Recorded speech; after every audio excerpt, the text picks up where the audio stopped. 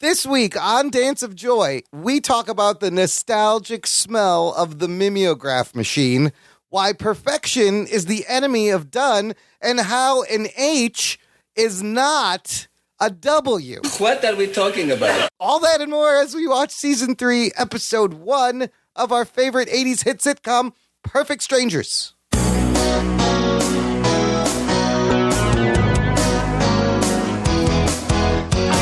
Hello and welcome to Dance of Joy, a Perfect Strangers rewatch podcast. I'm one of your hosts. My name is Imran. Joining me here every week, every season, my sister, Sophia. How's it going, Sophia?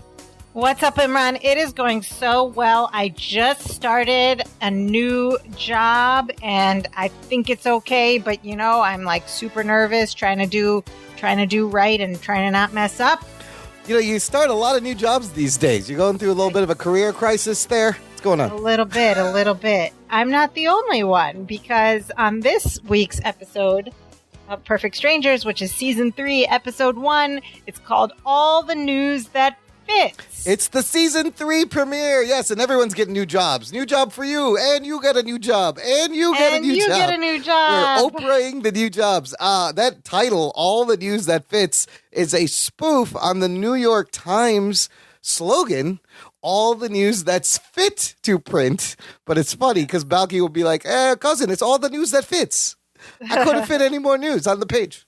And yeah, as you said, everyone's getting new jobs. If you were to open the TV guide back in 1987, September, you would see the description for this episode, which read, in the third season opener, Larry lands a job at a major newspaper, which makes him oblivious to the needs of Balky, who seeks more meaningful employment to enhance his life. This is very exciting, Sophia. Season 3, new changes, new things. We're going to break it all down for you, listener. Of course, the thing that doesn't change is the show still stars Bronson Pinchot and Mark Lynn-Baker. But we will meet new characters and old actors playing new characters. Yay! What? I'm so confused. Introduced in this episode will be Jo Marie Payton, who plays Harriet Winslow. You may remember Harriet Winslow from, what was that show? Family Matters. Family Matters, of course, with Steve Urkel, the spinoff from Perfect Strangers. And then Sam Anderson, the bank employee from the Season 1 episode, check this, the surly bank guy, returns as Mr. Sam Gorpley. And I think we're all going to learn to love to hate Gorpley. This episode aired on September 23rd, 1987.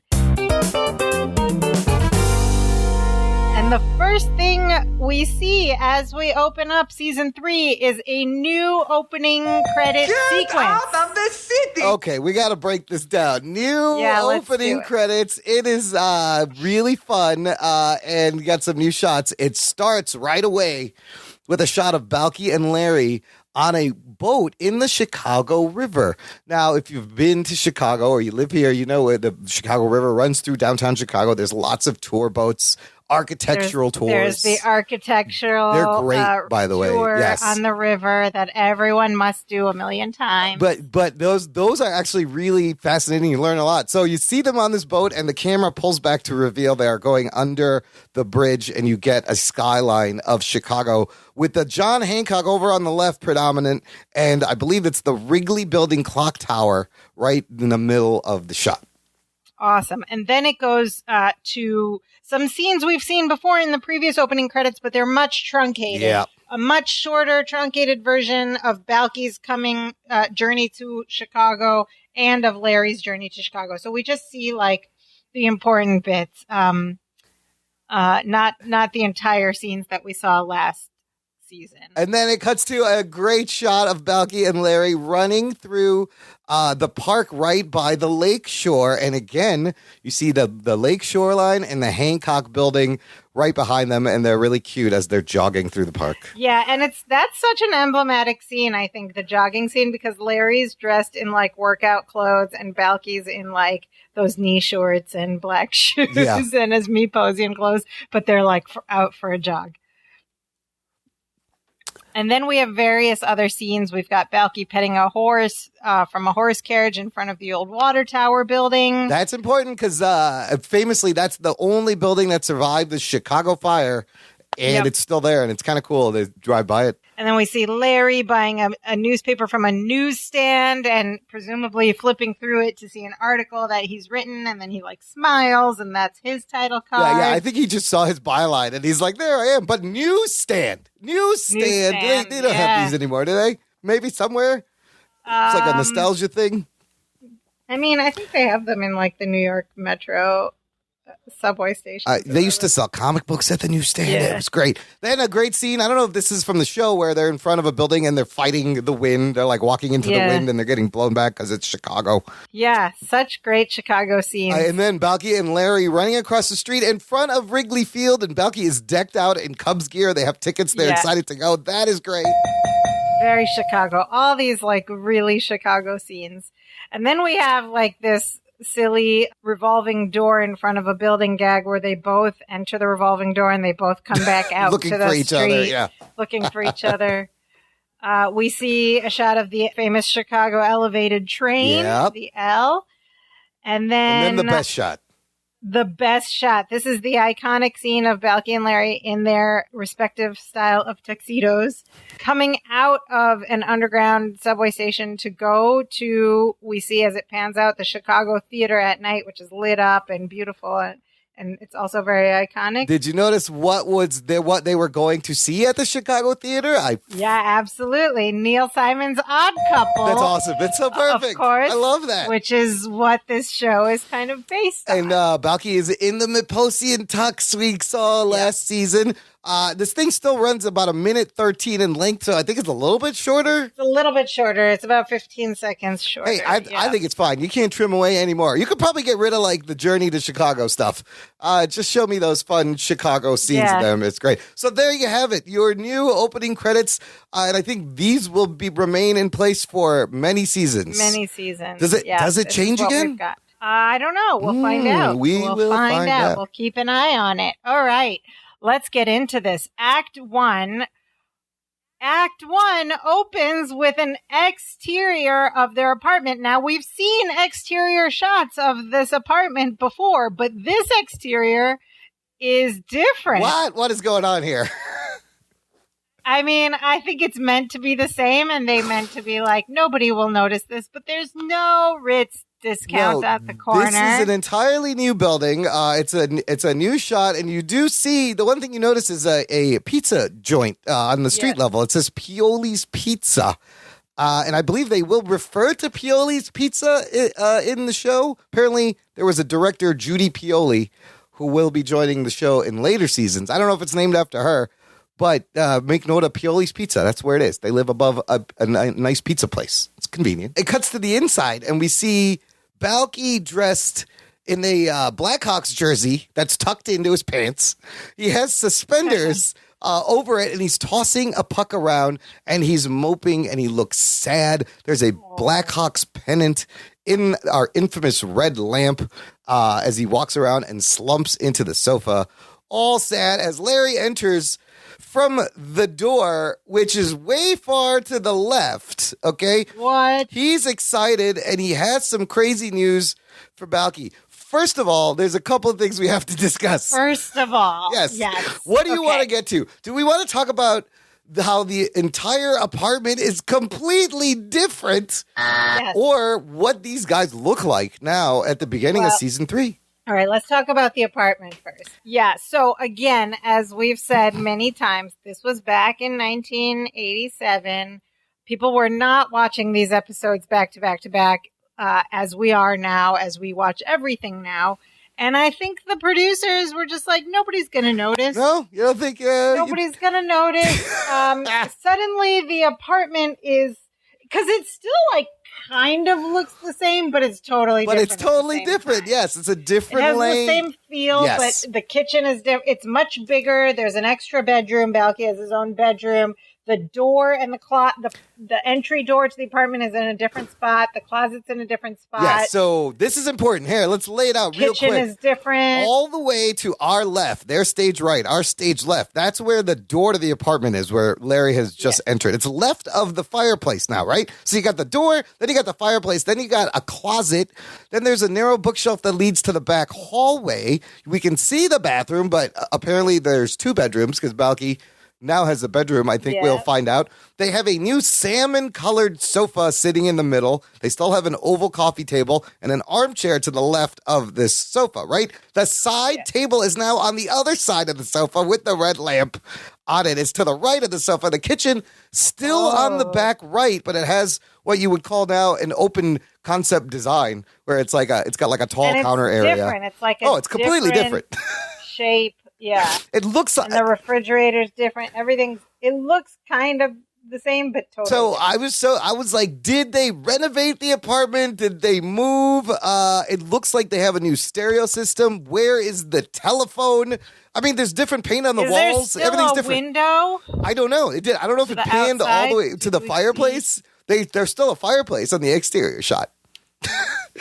Anyways, everything is different. Everything's different. And Sophia, the cousins, there's something off about them. I can't put my finger on it in their appearance. They also look different. Yeah. So first of all, they both look, they were both skinny dudes to begin with last season, but they both look skinnier. Especially as if like Balky. The pressures of Hollywood got to them in the season break and they were told to lose weight or something. But yeah, especially Balky. But Larry also looks skinnier.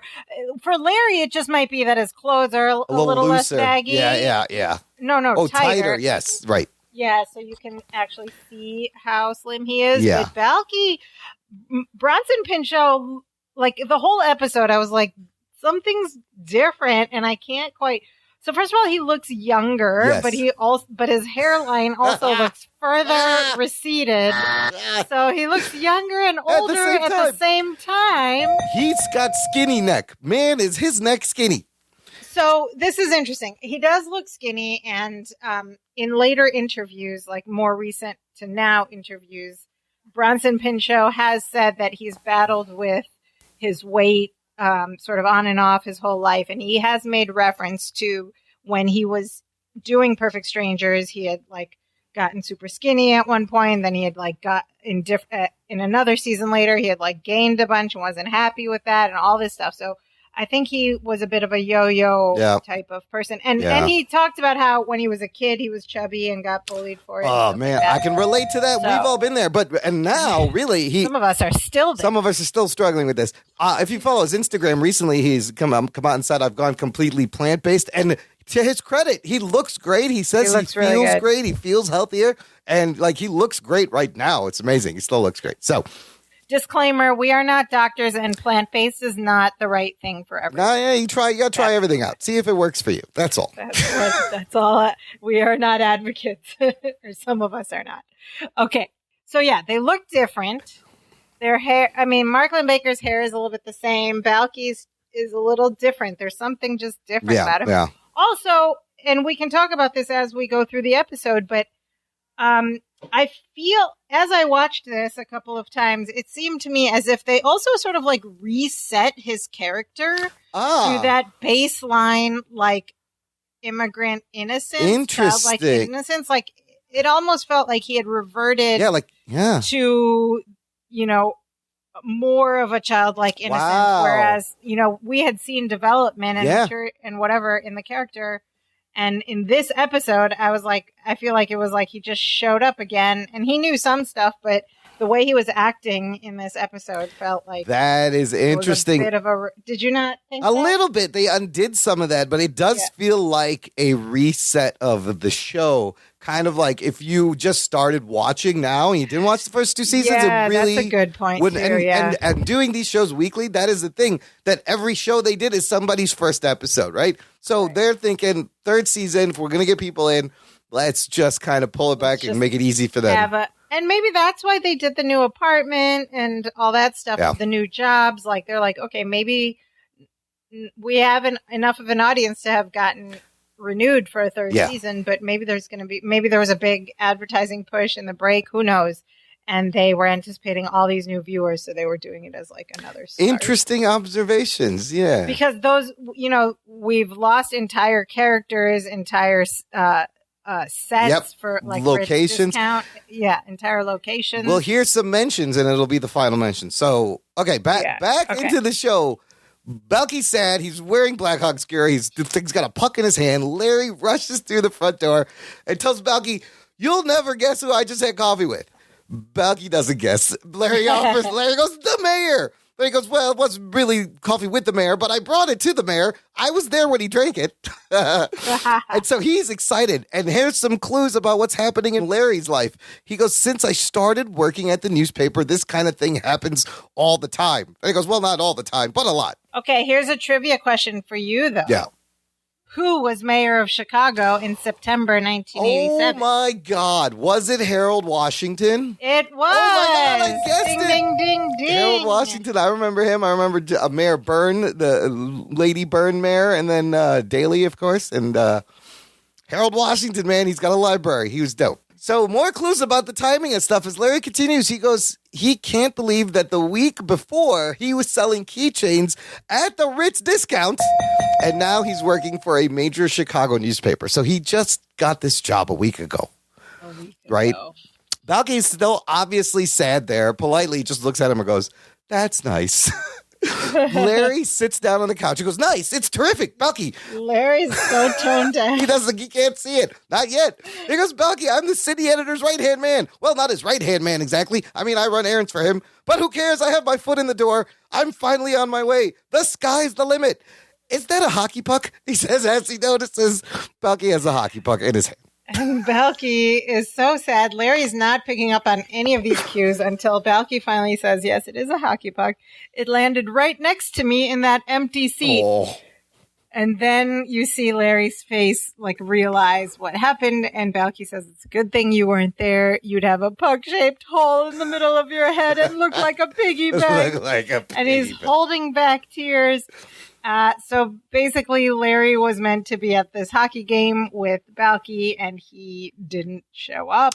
And then Balky pulls there's something on the coffee table in front of him covered by this cloth. Did you notice anything about that cloth? No. Okay, so I noticed that the pattern on that cloth is very traditional Central Asian. No way. Wow. Pattern. Wow. Yeah, it's called Ikat or Atlas pattern. But it's Central Asian, which is not the region he's meant to be from at all. But it's you see it every now and then in like anthropology and stuff like that, in like fancy upscale like furniture upholstery places for a lot of money. Look at you dropping Rainy Balky Dud like nuggets of knowledge on cloth and textiles. We'll see if Rainy noticed that textile. Great. I've spent some time in Central Asia. I always notice that particular style of fabric when it turns up in different places. They probably just thought it looked cool, and they're like, "This looks like something Balky would have." Well, they thought it looked ethnic ambiguously ethnic. So anyway, he pulls the cloth off, and underneath it is like this cardboard tray with like from a sports arena with an Italian beef sandwich that Balky has brought home for Larry with no peppers. He says, I know how they make you puff up and turn red. Oh, he remembered. Also, so he not only did he get stood up, but he still thought about Larry and brought him back a sandwich. Also, Italian beef sandwich, I believe, invented in Chicago. It's not from Italy. It's from Chicago. And they're delicious. You want it wet and spicy. That's how you want your Italian beef from Al's Beef or Mr. Beef. Yeah. Anyways, Larry says, "You have every right to be angry with me, Balky." And this part's great. Balky goes, "I'm not angry, cousin. I'm just lonely and I guess a little hurt." And Larry starts to talk again. Balky goes, "Well, you know what? Maybe I'm a little lonely, hurt, and I guess a little disappointed." And Larry goes, "Well, all right, Balky." Balky cuts him off again, saying, I'm lonely, hurt, and disappointed, and I guess a little angry. Balky is feeling left out. He says, "Cousin Larry, you never asked me about my life." And Larry's like, "Are you done?" Yeah, he's like, "Done now." And then he goes, "How's your life?" And Balky's like, "I have no life." Balky says he's happy for Larry, but, he's feeling sad about his own life. He's like, you're out there building your dream, climbing every mountain, fording every stream. That's a reference we'll get into. And I'm still folding sweatshirts for Mr. Twinkasetti. Oh, he's still working at Ritz Discount. And then Larry's like, that's not enough anymore, is it? And Balky says, oh, cousin, you can read me like a cheap suet. Okay, so a bunch of things here. Yes. Here. Yeah. Let's work backwards. The old cousin, you can read me like a cheap suet. He's combining two phrases. Which is read me like a book and all over someone like a cheap suit. Yep. And then he read me like a book, meaning you can tell what I'm thinking. All over someone like a cheap suit is like cheap suits are meant to be clingy, I guess. So someone is just smothering you. Just like every Rolling Stone has a silver lining. Every Rolling Stone has a silver lining. Then we have our final reference to Twinkasetti and Ritz Discount. This is it.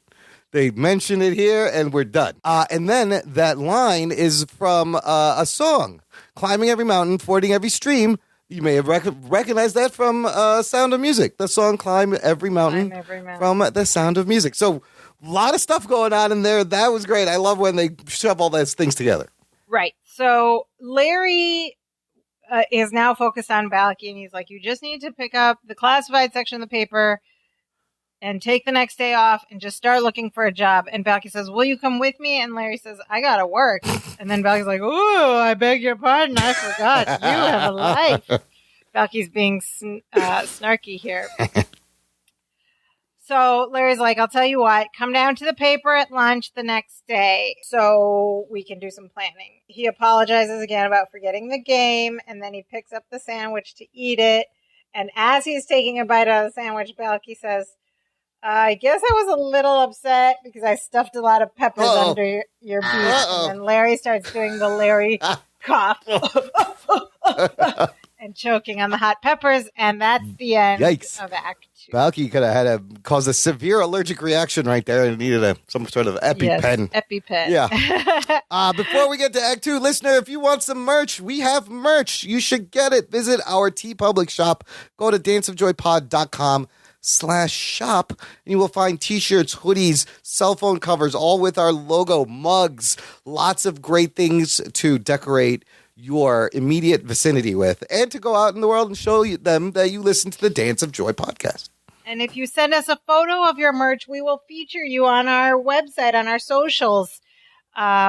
We love to see it. Get that logo out there, danceofjoypod.com/shop for all your swag. Act 2 opens on the exterior location, Sophia, of the new job, of the Chicago Chronicle. And you see this shot of this stately building with Ionic Greek columns. And as we know, the Chicago Chronicle is a fictional newspaper. We have great newspapers in Chicago. The Chronicle was not one of them. Not a real newspaper, but the building is real in downtown Chicago. It is still there. The building is actually 360 North Michigan. It's on the corner. If you've driven downtown at all, you've seen this. It is now the London House. It's on the corner of Wacker Drive in Michigan. It is directly across the river. The bridge leading to the Wrigley building is right across the river. And I hate to mention it, but it's right across from the Trump building. Also, bad sight line there.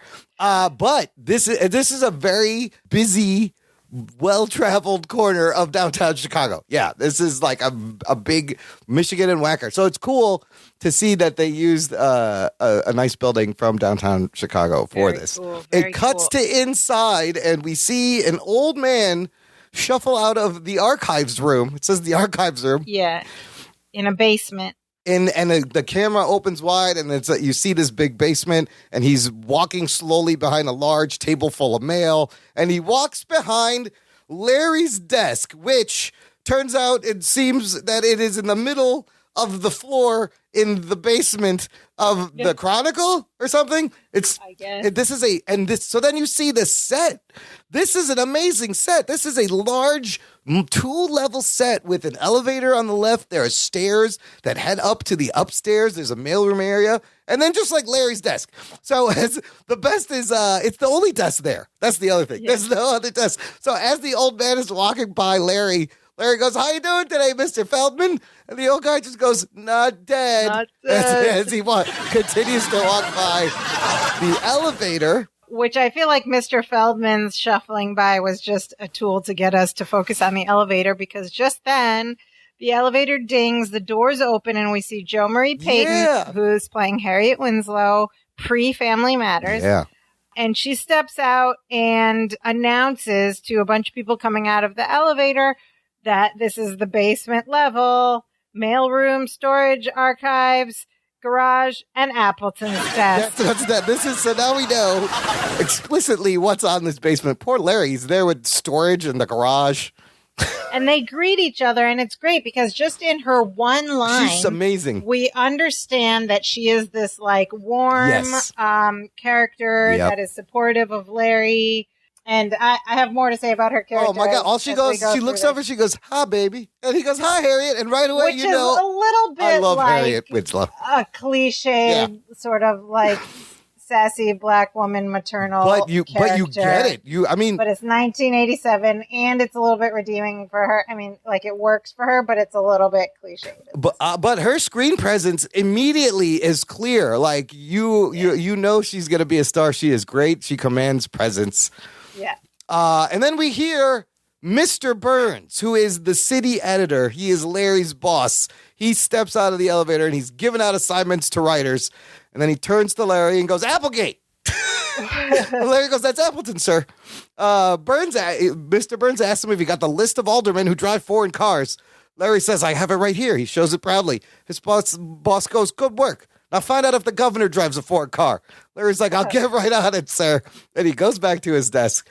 Just then, Burns notices the piles of mailbags we saw sitting there. Yeah, so in the mailroom part of the room, there's a table and there's these like heaping bags overflowing with mail, and they're just sitting there. And in the back is the old like cubby holes for people's mailboxes. Yeah. Remember, you put your mail in there?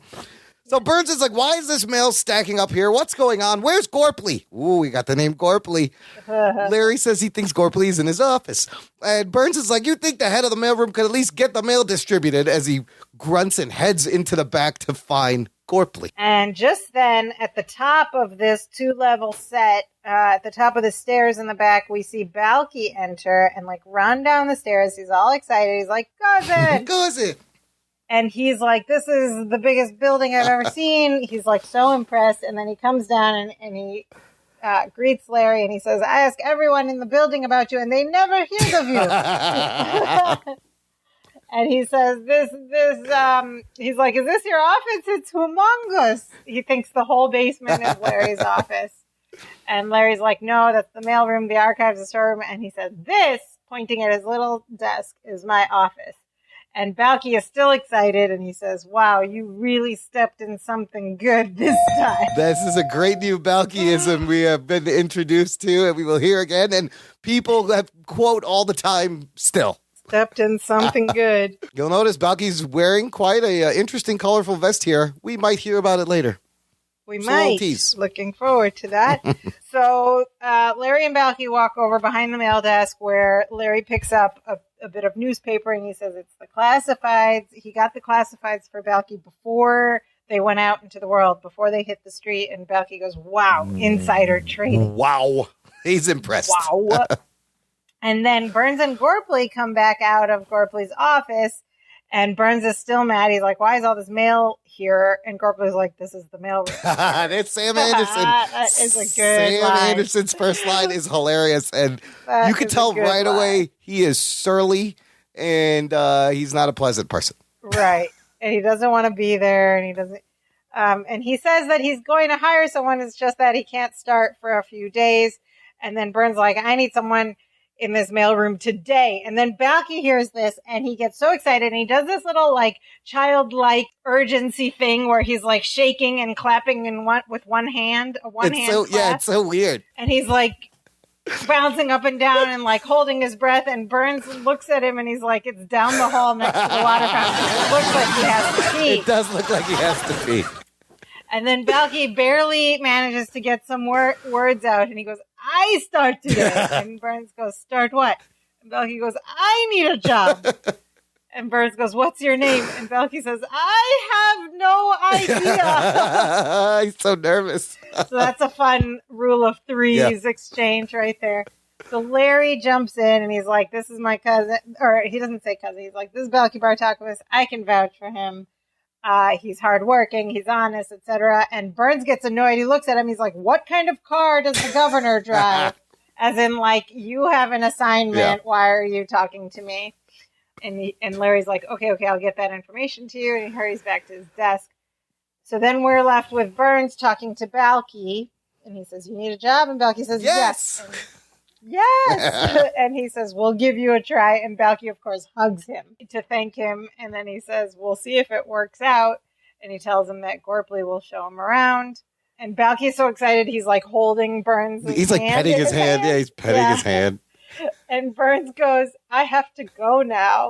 And Balky says, it's right down the hall next to the water fountain, which is like such a great callback. You know, they did the same joke in the Tux for Two episode with the bathroom twice also. Yeah. And he said it back to the person. And it's funny that you mentioned because as we go through later we're going to see more repeated jokes, are we? Some gags, some jokes will repeat. Also, a couple whole show premises. It is the 80s. What are you going to do? Come back in later seasons with different outcomes. We'll tweak one thing and just reuse it.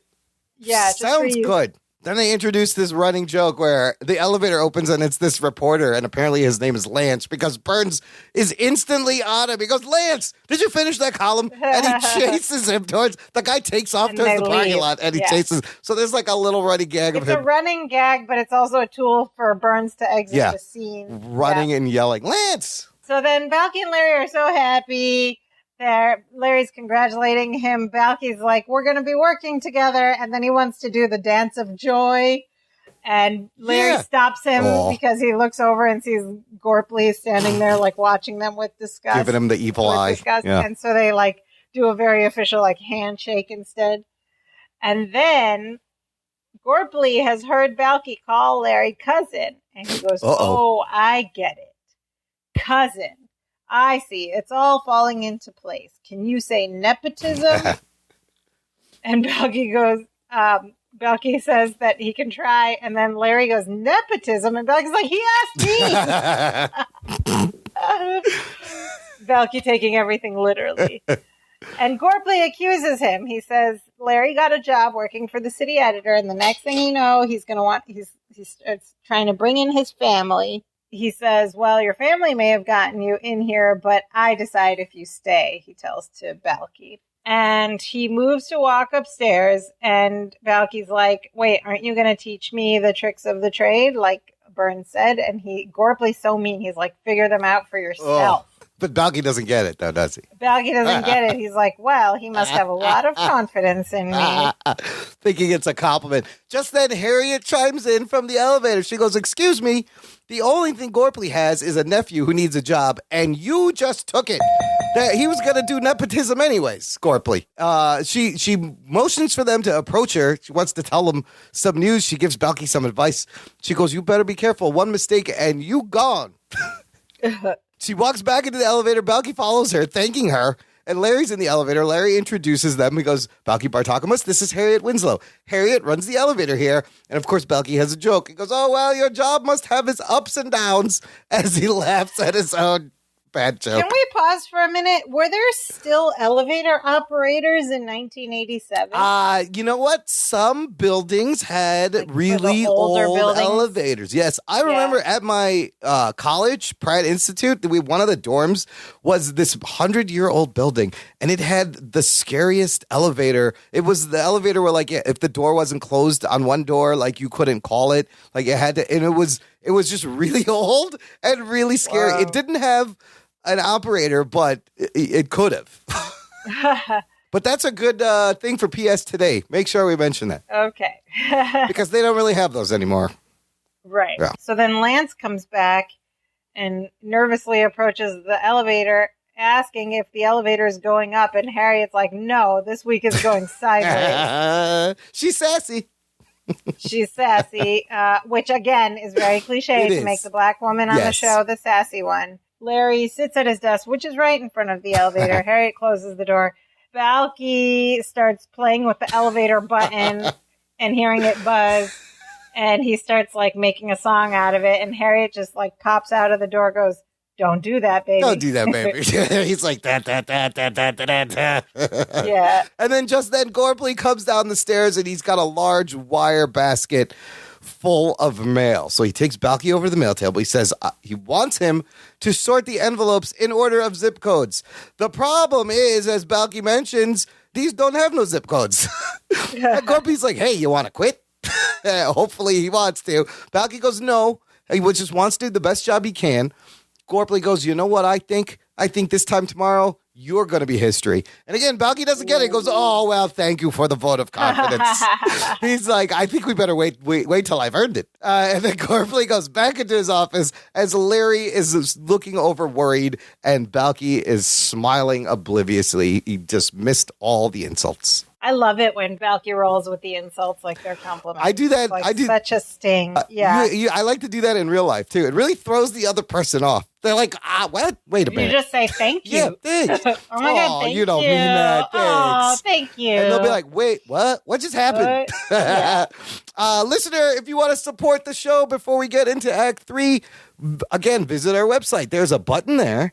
It says, buy us a coffee. Buy me a coffee. danceofjoypod.com. It is a way for you to financially support us and help us cover the costs so we can make sure we get through all eight seasons of Perfect Strangers. Yeah, there's all eight seasons. We're going to make it. There's still a lot of episodes to be had, and there's still a lot of things to pay for as we do it, and we'd love your help and support. It means a lot. danceofjoypod.com/support for all the details. And we love coffee. And we love coffee. Who doesn't? Yes. All right. Act 3. Act 3, we start with a song alert. Balky is in the mail room sorting the mail and dancing around, and he's singing "Return to Sender," Return the 1962 Elvis Presley hit. Address unknown. Sorry. And then he does like a triple staple with the mail after "Address Unknown" on the beat. Boom, boom, boom, boom. No, 4 staples. And he's doing a fun little dance around the mail area. He's truly having a joyful time. It's like a plug-in like power stapler. It's like one of those where you just put it in and it goes automatically. Yes. He's also wearing the Troc Door vest over a bright red shirt. Thank you, Rainey. I can recognize these vests when they come back up. And he is hauling giant mail bags as Larry enters from the upstairs part. And Larry comes down and he warns Balky that Gorpley is coming and that he should look busy. And Balky's like, "I have been busy since 4 a.m. Whoa. And then Larry's like, "Okay, Balky, watch yourself." And then Balky stops and like looks down at his own body. Very literal interpretation. He's so literal this episode. Everything. That's why I'm saying that's a good point. Like regressed a little bit to be funnier, because the regression is funny, but what happened to all the development and progress? Yeah. Maybe it comes back. It comes back. Watch yourself. So he like freezes in space and looks down at his torso or whatever to watch himself. And Larry says, "Be careful," because Gorpley told his secretary that he's going to get rid of the kid from Mipos today. Oh my God. And then Balky's like, "Okay, cool. And then after a beat, he's like, "Oh, do you think he means me?" How many kids from Mipos are there? Larry just goes, "I think so." And so Larry goes to his desk. Balky empties the 2 giant bags, like just dumps all this mail onto the table. And then I don't know what he's doing here. But I think it was just purely for the physical comedy. He like tries to grab all that mail in his arms. Yes. And he's sort of like hunched over, right? Yeah. So that the mail in his arms is like resting in his lap. He's like in a squat. Yeah. Yeah. And he's trying not to drop the mail, and he's like walking around the space, but we don't know where he's going with it or why he took it out. And then Gorpley comes out of the elevator with these 3 boxes, and he sees Balky like in this half squat in the middle of the space holding this armful of letters. And he's like, "Well, you look like you've got time to kill." Oh, Gorpley. And he goes over the table, and Balky like squat walks with all this mail in his arms to the table. And he's still holding this mail through this whole conversation. And Gorbley tells him that he wants Balky to address all the company Christmas cards by hand. Oh, boy. And he needs them by this afternoon. What? And Larry's like, excuse me, it's a little early for Christmas cards. And Gorbley's like, I wanted to avoid the holiday rush. He's just being mean. Yes, he is. And he says to Balky, Merry Christmas. And then Balky puts the mail down that he's holding on the table, and he shakes Gorbley's hands, and he gives him a very sincere, he's like, oh, thank you so much. Merry Christmas. He says, I don't know why everybody calls you a slime bucket. This is another great thing Balky does, is tell people when people are calling them behind their back to the face unknowingly. I love when he does that. And so Gorbley leaves, and we now know the challenge that is facing Balky. He has to address all these he has to keep succeeding at all these ridiculous, unreasonable challenges and tasks. And he doesn't get that Gorbley's just trying to get him fired, you know? Yeah. Right. So then suddenly Mr. Burns, the editor, appears at the top of the stairs. He goes, Applebum? And Larry goes, Appleton, sir. So that's a running joke. Yes. Now we get that. It's a running joke. He's not, he doesn't ever say Appleton. Well, he doesn't until he does. Well, yeah. He tells Larry he's shorthanded. He needs Larry to take an assignment. He says there's a bunch of kids at the Kinsey Youth Center holding a demonstration about someone wanting... Kedzie. It's Kedzie, not Kinsey? Kedzie. I heard Kedzie. All right, whatever. None of this is real. They're holding a demonstration about someone wanting to pave over their ballpark to create a parking lot, and he wants Larry to go check it out. And Larry's excited. He pulls his camera out. He goes, I'm going to go get some pictures. Burns goes, pictures? I don't need pictures. I need a story. In your job interview, you said he done some reporting. Larry goes, yeah, I did, but I'm mostly a photographer. He goes, I have my own camera, my own lenses, my own film. And then Burns cuts him off and goes, now you got your own pencil. And he gives him a pencil. He's like, you can write, can't you? He goes, write? Oh, me? You bet. I write constantly. I'm a writing fool. Larry over promising, of course. Larry goes, I'll have it to you first thing tomorrow morning. Burns is like, this is a daily newspaper. We need that by 4:30 this afternoon. And then suddenly Burns spots Lance, the reporter, at the top of the stairs. He goes, Lance, I need that column. I see you. And he runs off and chases him back up the stairs. So that's just like an easy way to get Burns out of the scene. Have Lance show up and have him chase him. Yeah. It's hilarious. And it's also funny. Yeah. So Balky's like, cousin, I didn't know you could write. And Larry's like getting ready to go. He's like, of course I can. I studied journalism in college. I know the 5 W's of reporting. And he's like, who, what, how, when, how, no, how's an H, how, what, who, oh boy, I'm in trouble. I love that line, Sarah. It's like, who, but how is one of the 5 W's, isn't it? It's not. No, but it is. It's 5 W's and a how. And an H. Okay, all right. So it's in there, but it's just not a W. How would how be one of the 5 W's? Well, how is Y sometimes a vowel? Same reason. No, it doesn't work that way. 5 W's and sometimes an H. Who, what, where, when, why. I realized that's a ridiculous... As soon as it came out of my mouth, I realized that was a ridiculous statement. Yes. So it's okay. So now we cut to later in the day, right? Where we checking back in with Larry, and he is stressed. He is sitting at his desk trying to finish the story. There is crumpled sheets of paper covering his desk. He has a pencil in his hand, in his mouth, and behind his ear. You know he's a writer. Balky announces he's finished addressing 400 Christmas cards. He did 400. Larry, frustratedly now, throws down the pencil in his hand, then the one in his mouth, then the one behind his ear. He goes, who am I trying to kid? I'm not a reporter. I'm a litter bug. As he throws more paper away. Yeah, there's crumpled papers all around. And Balky walks over. He goes, cousin, you're being too hard on yourself. Cop a mellow attitude. Where did he learn this from? Has he been hanging out? What is cop a mellow attitude? That's like, it's such a hippie thing. It's like a 60s hippie thing. Has he been hanging out with dirty hippies? I don't know. Where do you get this language from?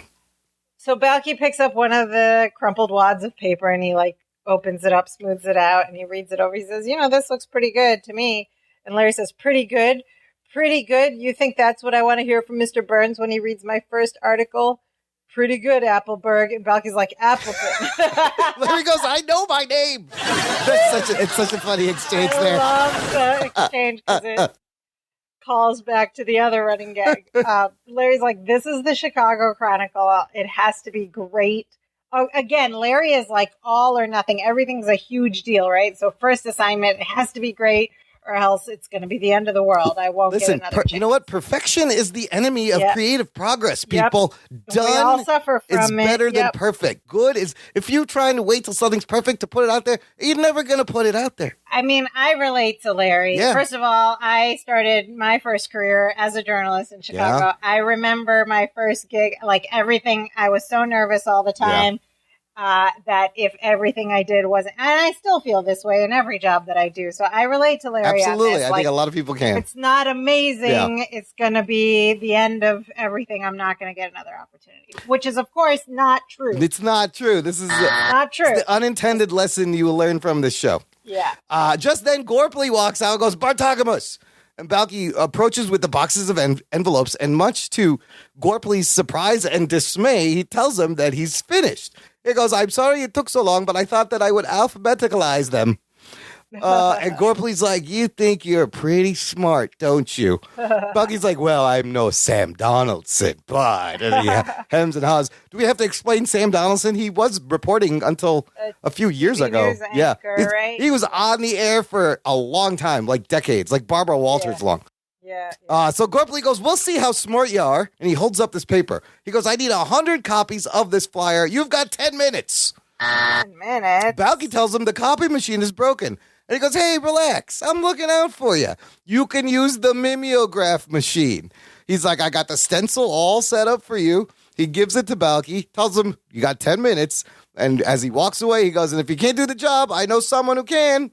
And he gives Balky a really phony, rude smile as he exits and walks up the stairs. So Larry, he's still trying to finish his article, but he's kind of torn. He asks Balky if he needs help with the Mimeograph machine. Balky goes, no, just point it out to me. He doesn't know where it is. Doesn't know what a mimeograph is. So Larry runs to the back. They pull out this machine from behind the stairs, and they wheel it. He tells Balky to wheel it to his table as they're about to plug it in. Okay. Which is funny, because you'd think that on Meepos, they would have a mimeograph. No, wait. What are you talking copier. about? No, they would have a guy making copies by hand, like it's the Bible or the Quran, and it needs to be duplicated. True. They don't even have a Gutenberg press in Meepos. This is how, So we have to pause here. We have to talk about this mimeograph machine because this is brought back memories, but I'm sure it's going to cause a lot of confusion to some listeners. This one in the show has got like an army green painted. It's on a cabinet with wheels. It's all dented, and there's a drum type thing on top, and it's just like a big old looking machine. And sister, I think we may be the last generation to remember the smell of ink off a mimeograph machine. Like this purple ink? Yes, exactly. Before the Xerox machine. So do you want to explain what this is? I can try. So this machine existed before Xerox machines, like Imran just said. It was a low-cost duplicating machine, copy machine, that worked by forcing ink through a stencil onto paper. And that process was called mimeography. And so a copy made by that process was called a mimeograph. Yeah, basically, you put this stencil on this inked drum and you roll paper through it under pressure. So it's like you're making a print. It goes in a circle. Yeah, and you just keep rolling that either manually or electrically rolling this drum around. Making copies. It grabs a sheet of paper every revolution. Make another copy. I don't know if that made any sense to the young listeners. This machine was used in offices, classrooms, churches for duplication for a long time. The mimeography process actually invented in 1885. But beginning in the late 60s to the 70s and the 80s, the Xerox machine and photocopying gradually replaced the mimeographs. But if you are of a certain age and you remember purple ink on the smooth vellum paper and it had this smell that kind of gave you a little bit of a, woo, what's that? That was the mimeograph machine. I remember this. And I think after us, these machines were gone. That was it. You know what else I remember along this line? The overhead projector. No, just... in my first few coffee shop jobs as a teenager, we had similar to a mimeograph, but that like carbon copy credit card. Okay, that's the other thing I was going to bring up. The other thing, you're right. Carbon copy paper was also used a lot when people had to make like one-off copies on a typewriter. And that's how we dealt with credit card purchases. Oh, yeah, the slider. Yeah, that's so funny how the thing that went like this. How long we used carbon copy. Because that stuff was toxic. It had to be. It didn't smell good. But so, yeah, mimeograph, carbon copy, stuff that we don't see anymore. And, of course, if there's a mimeograph machine, you know there's going to be physical comedy, sister. Yes. Physical comedy coming up. So Larry pulls the machine, and it's on this big thing on wheels. And he pulls it out from behind the stairs into like the middle of this open basement space. And he tells Balky to wheel it to his table, and he grabs the plug. He's like, I'll go plug it in. But of course, the plug and the table are in opposite directions. So Balky takes the machine one way. Larry takes the plug the other way. As soon as the plug, he reaches the length of the plug, Larry does a very overly physical sort of like fall. Like the plug doesn't reach all the way. He falls to the ground. Oh, looked like it hurt too. It's a good fall. Yeah, it does. So Larry gets up and he like pulls the machine back toward the plug in the wall. He plugs it into the wall and he gets the stencil and paper to show Balky how the machine works. He's like, put the stencil here, paper here. Balky goes and gets paper and you turn it on. Larry's like, get it? And Balky's like, got it. And Larry says, good. Good. And so he runs back to his desk to start typing on an old school typewriter, the story that he's got to finish like very soon. And Balky switches the machine on. So this one is a plug-in one. And papers start flying out the other side of the barrel. Like there's no tray to catch them. So he's just trying to catch it, like flying like crazy. And Larry looks over his shoulder. He's like, how's it going? While he's still typing. And Balky's like, oh, it's just fine. You finish your article. And then Burns shows up from the top of the stairs, goes, Applebee. Oh, remember the Applebee's? Great restaurant. I need that article in 5 minutes. Oh, no. And now we know we're on a 5-minute time We got a ticking clock. We got a ticking clock here, and Larry's torn between helping Balky and finishing the article. What is he going to do? So he turns around to go help Balky, and Balky like physically spins him back around and pushes him back to his desk. And he's like trying to help, and Balky keeps pushing him back. He's like, you need to work on your thing. And Larry goes to the machine. He like pulls out. There's a paper jam. So mimeographs also had paper all jams, the time. apparently. Yes. And he sends Balky to go get the paper basket. And Balky returns. By the time he returns, here's another excellent bit of physical comedy. Larry has gotten his tie caught in the barrel of the mimeograph. This is very dangerous. He's just stuck, very dangerous. And then Balky tries to pull him out by pulling his head out. He's just further choking Larry. He grabs his ears and tries to pull him. Like 3 different tries, 3 different holds. It's very, very funny. Yeah. And then he puts his head close. Larry's like, Balky. And then Balky puts his head very, like, just adjacent Larry's head, and he's like, the plug. And he grabs Balky's head by his hair, and he's like, the plug. Balky's like, ow. And he lets go, and he runs over, and he unplugs the machine. Larry retreats a little bit, but his tie is still caught in the barrel. And then, just then, the elevator doors open with a ding again, and it's Mr. Burns, and he comes out with an Appleman. Where is the story? And Larry is still stuck to the machine. He's explaining to Burns that something came up. He has still a little bit of polishing to do. And really sneakily and like very slyly, Balky grabs scissors and then just like cups his tie right in half as he's talking to Mr. Burns. He just sneaks in, chops Larry's tie to free him from the machine. And Burns goes, this is news, not silverware. I need a story. It's like, what are you polishing?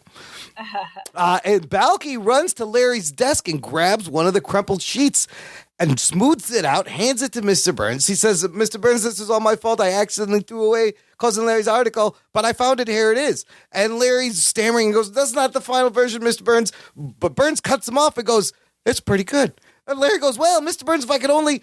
Pretty good, you say? And he turns and he looks at him. Larry is surprised. Burns, which is funny because he didn't want. He earlier said he didn't want. He didn't want a pretty good, and now he's happy with the pretty good. Burns says for his first assignment, it's pretty good, and he goes, "See you on Monday, Appleton." Appleton. He says his name right. He goes, "Then maybe you can explain to me why you were trying to mimeograph your tie." As he runs, he exits. This time, not chasing Lance. Lance is nowhere to be found. And Larry's so excited. Of course he is, because he got pretty good. And you know what? Pretty good feels pretty good. Pretty good is always pretty good. Yeah.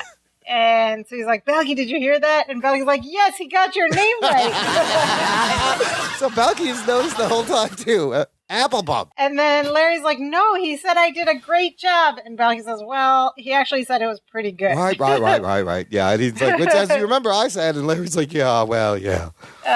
We're not done with plot lines, though, because just then Gorpley comes out of the elevator looking at his watch. He goes, time's up, Bartokamus. Balky scrambles to gather all the mimeograph copies that are on the floor. And Larry stops Gorpley, trying to stall him. He goes, Mr. Gorpley, you have a gold mine here. Just look at him. You'll never find anyone who will work as hard as he will. How can you fire a man like that? As it cuts to Balky standing there holding a mess of copies in his hands. And Balky goes, Mr. Gorpley, I only have 19 flyers. I have failed you. Gorpley goes, yes, you have. You're fired. And the crowd gasps as Gorpley turns to Larry and goes, see how easy that was? Oh, snap, he just got fired. Larry is now pretty angry, and he's like, he tells Gorpley he won't get away with it. Balky's done everything he's been asked to do, and he's like trying to give him this lecture. You have no right to fire him. And then Harriet Winslow shows up. Yes, I love when Harriet shows up. And she goes, excuse me, Sugar, to Larry. She calls him Sugar. Excuse me, Sugar. You're going about this the wrong way. And she steps past Larry and she goes, Gorpley. I love how she says his name. Gorpley. I was going to save this for something big, but I like the kid. Now either he stays or I tell your wife what you were doing with Miss Passarelli in my elevator during the Christmas party. Oh, snap. Gorpley's like, I don't know what you're talking about. And she says, can you say alimony? Oh, man. And then Gorpley, there's a beat. And he's like, hey, I like the kids too. And he tells Balky he can stay and finish the flyers next week. And he gives Harriet a nasty look, and she gives him a really funny, even nastier She won't look. back down. She's great already. Look at all these little character moments with Harriet Winslow are amazing. And Gorpley exits back to his office. Balky hugs Harriet and says, thank you. She saved his job. And she's like, well, someone had to look out for you. And Larry shakes Balky's hand. And he's like, congratulations, you're going to be here next week. And Balky says, well, we'll both be here next week. And then Harry's like, I was here last week. Wasn't no big deal. Come on, Harriet Winslow has good lines here. Then we cut to the next scene. We're back at the apartment. The cousins hurry in the door with the latest edition of the newspaper. And then they go and settle at the kitchen table. And if you notice here... The new kitchen table. The new kitchen table, but also this whole scene. Yeah. I know, like, in sitcoms, people have to be very close to each other to make the scene look close. Yeah. But in this scene, it really stuck out to me. They're, like, literally sitting on top of each other. No, I think they're sitting in the same chair. Yeah, I think there's one they have this whole table, but they're, like, in the same chair, like, shoulder over shoulder. And Balky even leaves at one point to go get the scrapbook. He comes back and sits exactly just as close. Anyway, it's stuck out. Well, they're excited about the latest edition of the paper they have. Yeah, so Larry's like, all right, let's see what Larry Appleton has to say about the protest at the Kedzie Youth Center. And this is some great physical comedy here. Here's physical comedy. He opens one page into the newspaper, and they were both like, and then they don't see any, and their heads scan the four corners. Up, like down, go, left, right, up, down. And then in a box. And then he turns the page, and they go, and then they do that again. They scan again. In a box again with their heads in unison. In sync. And then he goes faster and faster because he's not finding his story anywhere in the beginning of the paper. And finally, they get to the back page of the paper, and Larry goes, he gets all excited. And Balky offers to read it, but he's a very slow reader, as we have learned before. And Larry snatches the paper back, reads it aloud. He goes, students... 2 sentences. Because students at the Kinsey Youth Center staged a demonstration to protest the building of a parking lot over their ball field. A spokesman for the builders of the parking facility promised to meet with the students to discuss their grievances. And that's it. That's what he was writing all afternoon. Yeah. And then they just stop, and Larry basks in the moment and looks up, and Balky is moved to tears. He goes, that was beautiful, cousin. But that whole time, it took him to write just the fact of what was happening in 2 sentences. He probably wrote more, and they cut it down. Shortest article ever. And then Larry's like, well, it wouldn't have made it to the paper if you hadn't fished it out of the Yeah, trash. that's true. To Balky. And Balky was like, yeah, but you also helped me with my work when you were on a deadline. This is also true. And Larry's like, well, I just saw that you were in trouble. And Balky says, but you risked your job for me. So they both were like helping each other. He runs over to the cupboard, grabs a scrapbook album type thing and a bottle of rubber cement. Do we have to explain rubber cement? I love rubber cement. We might have to explain it. We'll get into it as maybe rubber cement. Rubber cement's the best stuff. Oh, so fun. And then we get to lesson time. And we have the lesson time music. I don't even know if this is a lesson, but the music was there. The music was there, but it's the part of the show where we wrap things up. Yeah, it's more of a setup of the rest of the season, I think, because Larry's like, Balky, I think working together at the newspaper is going to be great. And Balky agrees, and he starts to open the scrapbook and the rubber cement. And he's like, cousin, your first newspaper article. And he goes to take it from Larry, but who has already cut a square out of the newspaper. Yeah. But he doesn't let Balky take it, and he trims it a little bit more. Yeah, it gets smaller. Balky's like, the first of many, and he goes to take it again, and Larry doesn't let him take it, and he trims it a little bit more. So this clip is getting very, very small. And he says, and you know what? You're going to have to buy a bigger scrapbook. And then Larry trims it again to this tiny, tiny square. And then Balky's like, but not for a long, long time. This 2-sentence article with all this rubber cement. Yeah. And rubber cement is just, I don't know how you explain it. It's liquid fun goo in a can that's removable, that it's glue. The best thing you can do is write your name in concrete, rubber cement, light it on fire. Lots of fun to see your name in lights. That's what we did with the rubber cement. Highly flammable adhesive. Yeah, and they gave it to kids to play with. And roll credits. Wow, a lot to unpack from the opening new credits to the new 2-bedroom apartment to the new job at the Chronicle to the new characters.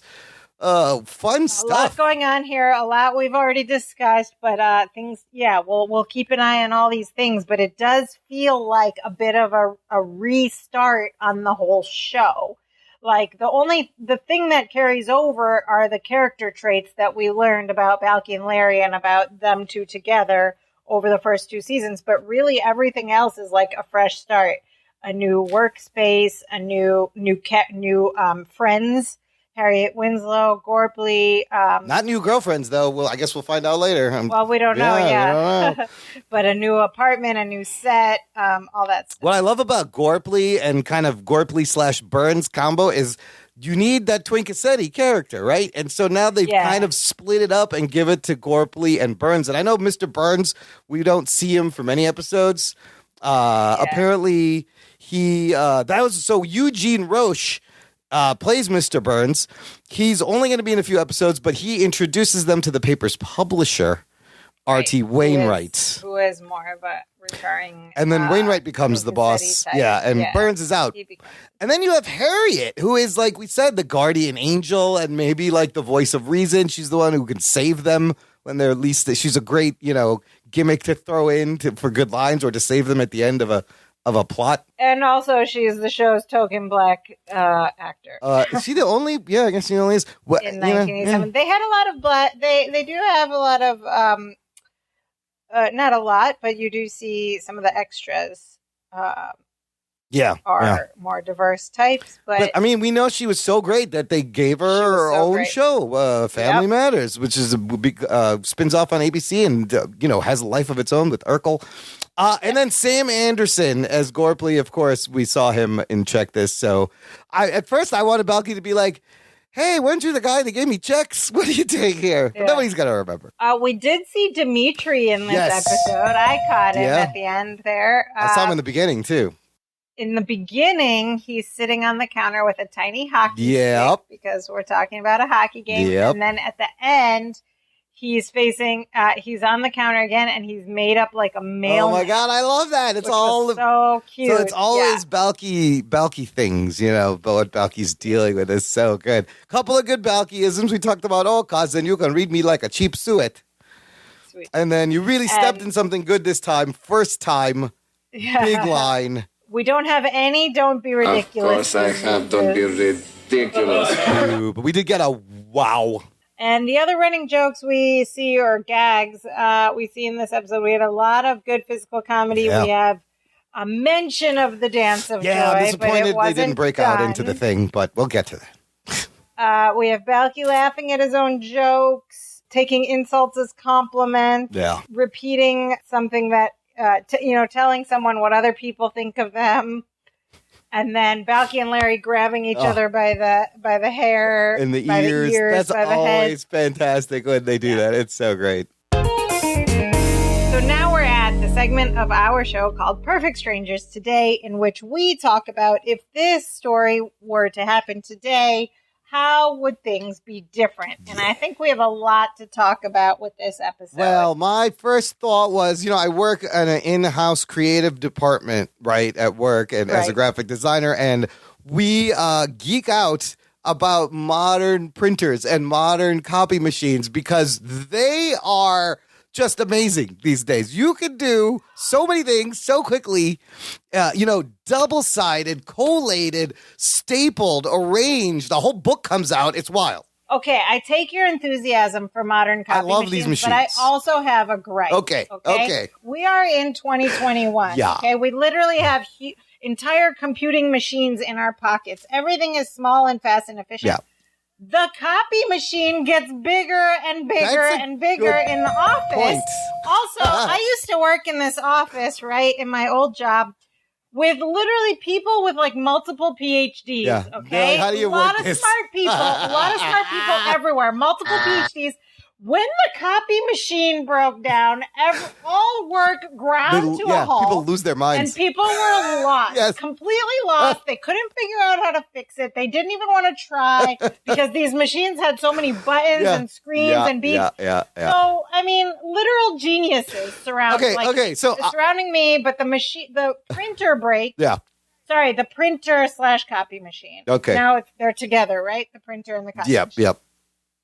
And everybody loses their mind. That is true. Like, call IT, call someone. We can't do anything. We can't do any work for the next 3 hours. I'm like, what is the problem here? So I'm the guy that I'm like, for some Me too. So for some reason, I'm the IT guy. Sometimes I go into the room and there's a crowd of people and it's not working. And I'm like, just do this, beep, boop, bop, boop, beep, and the thing lights back up. And they're like, how did you do that? I was like, it says right there on the screen. But I have a weird thing where people have issues with tech and they're like, can you come check this out? And I'll just go stand next to them and it doesn't happen. It just gets fixed. Oh, wow. Yeah, sometimes that happens. Like the fairy tech father. Yeah, I'm the opposite of like the cooler at casinos. I'm like the hotter. I don't know what you call it. But I'm the guy that I don't work in IT. I'm the guy people call to help figure out their computers and their tech. I don't know how I ended up that guy. I know, or like printer jams. There's always like one person in your office who is like, But see, here's the thing. Jam. The reason these machines are getting bigger, you need trays for 8.5 by 11. You need 11 by 14. You need 11 by 17. It just seems ridiculous. Like these things are these like behemoth machines, monster machines. They're huge. But people don't understand. It's easy not to have a paper jam. You just got to put the ream in the right way, and nobody does it carefully. Just got to line it up with the thing in there. Okay. We're getting. I could do a whole podcast about Xerox machines here. My point is, why are they so big now? If this episode was happening today, no doubt Balky would be standing in front of this enormous printer / Xerox machine, and it would jam. And he would, like, I don't know, some hilarity would ensue. You could still do the gag with your tie caught inside as you open it. Yeah, you could still do that. So, yeah, definitely wouldn't have a mimeograph. Not the mimeograph backup. Yeah. So you worked in a newspaper. How do these deadlines work? How do you submit stuff these days? So, funny thing, you do type them out? I worked in a newspaper when, not in these days. So I haven't done it.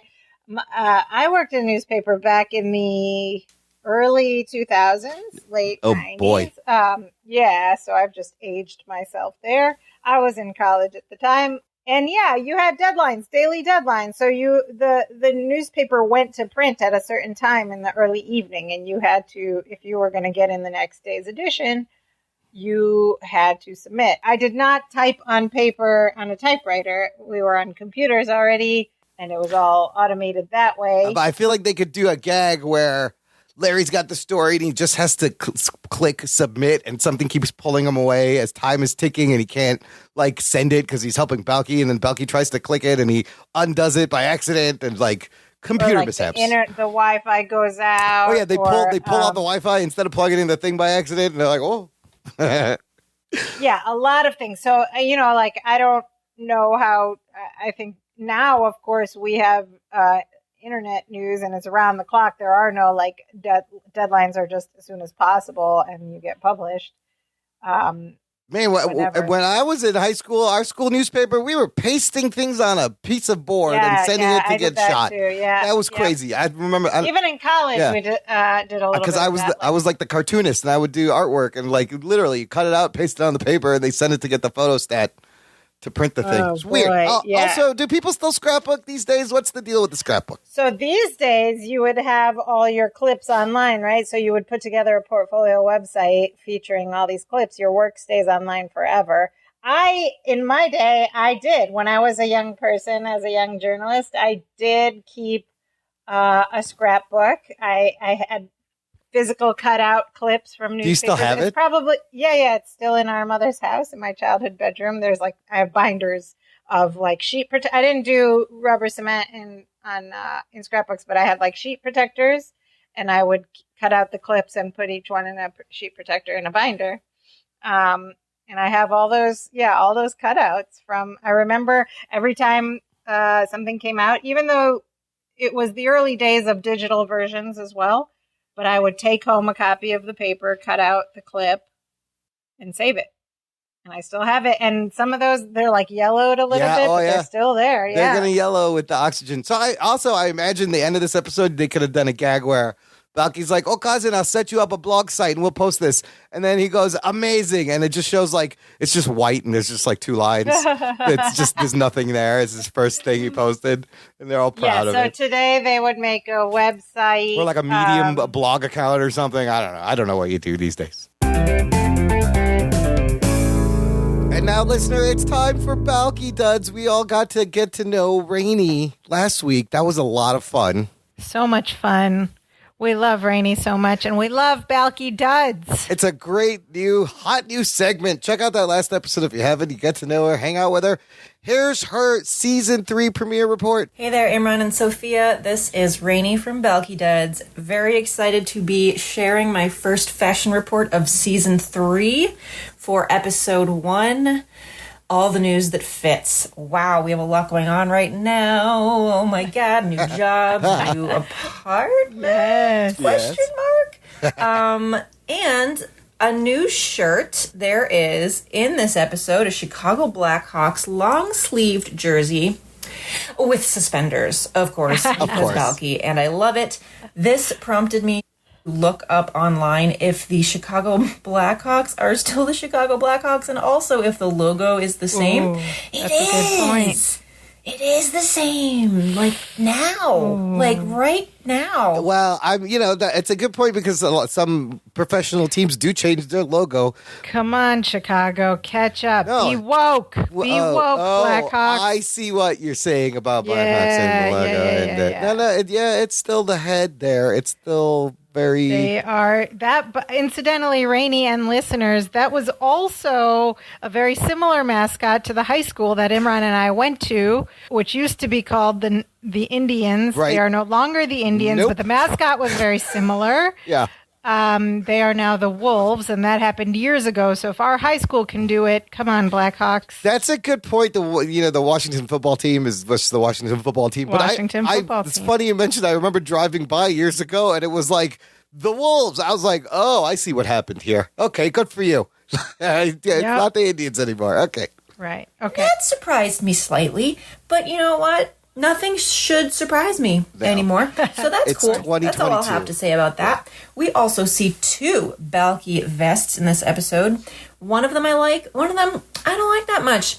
We see one that's kind of a dark cocoa brown, almost a black really, with like a muted gold. I can't remember if we saw this one in season 2, but I will say that it is called Godiva because it looks like some sort of bland, dark cocoa-y Godiva chocolate item to me, which personally is not appealing, although many people may feel differently. I love chocolate, Brady. It's very appealing to me. Yummy. Yum. And then, of course, we see Trogdor, which we talked about a lot in season 2. The vest with all the red little spindly noodles all over the front. Fun fact about this episode, I happened to notice that it aired on September 22nd, 1987, and that... not the same year, but that is my dog Hercules' birthday. Happy birthday, Hercules, who was born in 2013. So that's the fashion report for this week. We got a little bit of colorful, mismatched, wonderful suspenders over a sports jersey, a good vest, and a bland vest.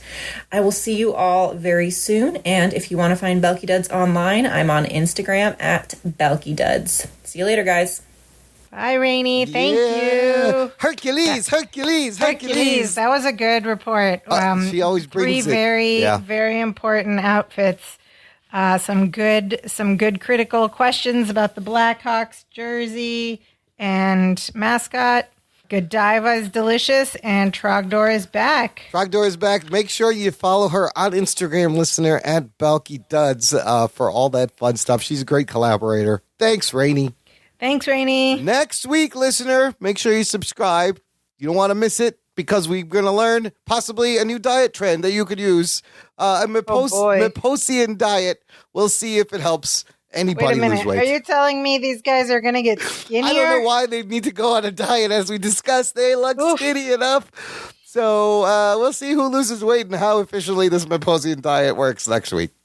Okay, so if you are still with us and if you're as excited as we are about getting into season 3 of Perfect Strangers, please stay in touch with us. Visit our website, danceofjoypod.com. We have all of our links there, every place you can find the podcast, where you can leave us a rating and review in Apple Podcasts, and we have all of our social media links there as well. You can also send us an email at danceofjoypod@gmail.com or leave us a voice message through our website. Most importantly, listeners, share this show with your Perfect Strangers friends. I know you're in the Bronson Pinchot fan club. Share it with the Bronson Pinchot fan club. They will love it. And now we are so happy. We do the dance of joy. Hey. Hey.